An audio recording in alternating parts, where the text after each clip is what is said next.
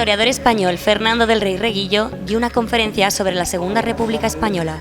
Bueno, hoy me voy a centrar en hablar de las políticas reformistas de la Segunda República, que básicamente coinciden con los periodos de gobiernos republicanos socialistas, y sobre todo tratar de entender por qué esas reformas generaron en gran parte del arco político fuertes resistencias, ¿no?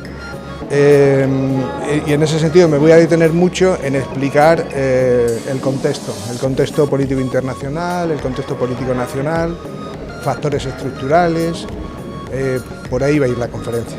Entre otras cosas, uno de los temas principales a tratar es la violencia que se ejerció políticamente hablando en aquella época para conseguir resultados.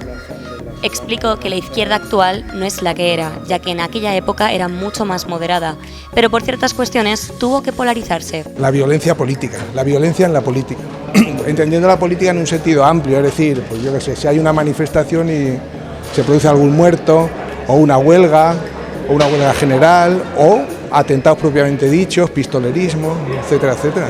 En Ciudad Real también hay mucho follón, ya lo veréis. El profundo centralismo, que después, claro, ahora después de 40 años de democracia con Estado descentralizado, pero en esa época es que se parte de un Estado centralista muy, muy fuerte.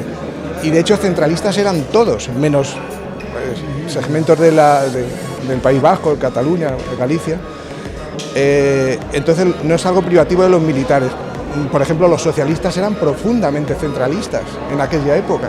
Lo que pasa es que, bueno, pues las circunstancias políticas les llevan a aceptar a regañadientes lo del estatuto. Pero había muchos centralistas, ¿eh? en el mundo de la izquierda también. Además, aunque no a grandes rasgos, por falta de tiempo dará pinceladas sobre la gran importancia que tuvo el sufragio femenino, exponiendo que hubo países donde se dio más tarde y que fue una época de luz para las mujeres de España, pues fueron cogiendo aquellos asientos que un día se les privaron. Una de las grandes conquistas de la República es la elevación a la mitad de la población, o más de la mitad, porque era más de la mitad, de la población a la plena ciudadanía política. Eso es la gran conquista de la República, para mí de las más grandes, incluso por delante de países que supuestamente siempre nos aparecen como la vanguardia de la democracia, que es Francia. En Francia no se aprueba el sufragio universal femenino hasta 1944, en plena guerra, aunque ya con la liberación. Curioso. Finalmente expuso que actualmente está pasando algo parecido en lo que se refiere a la parte política y a la parte social de nuestro país.